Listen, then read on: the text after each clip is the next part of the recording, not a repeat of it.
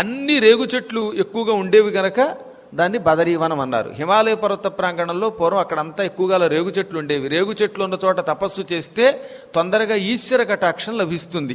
అందుకని నరనారాయణులు శివానుగ్రహం తొందరగా పొందడానికి బదరీవనంలో తపస్సు చేశారు.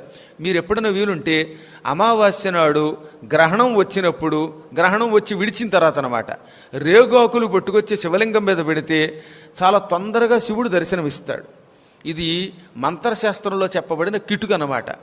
తొందరగా శివుడు అనుగ్రహం పొందాలంటే, ఐశ్వర్యం రావాలంటే, దారిద్ర్యం తొలగాలంటే దానికి బదరికావనానికి వెళ్ళవలసిన అవసరం కూడా లేదట. కేవలం బదరి ఆకులు 11 ఆకులు పట్టుకొచ్చి శివుడి మీద పెట్టమన్నారు.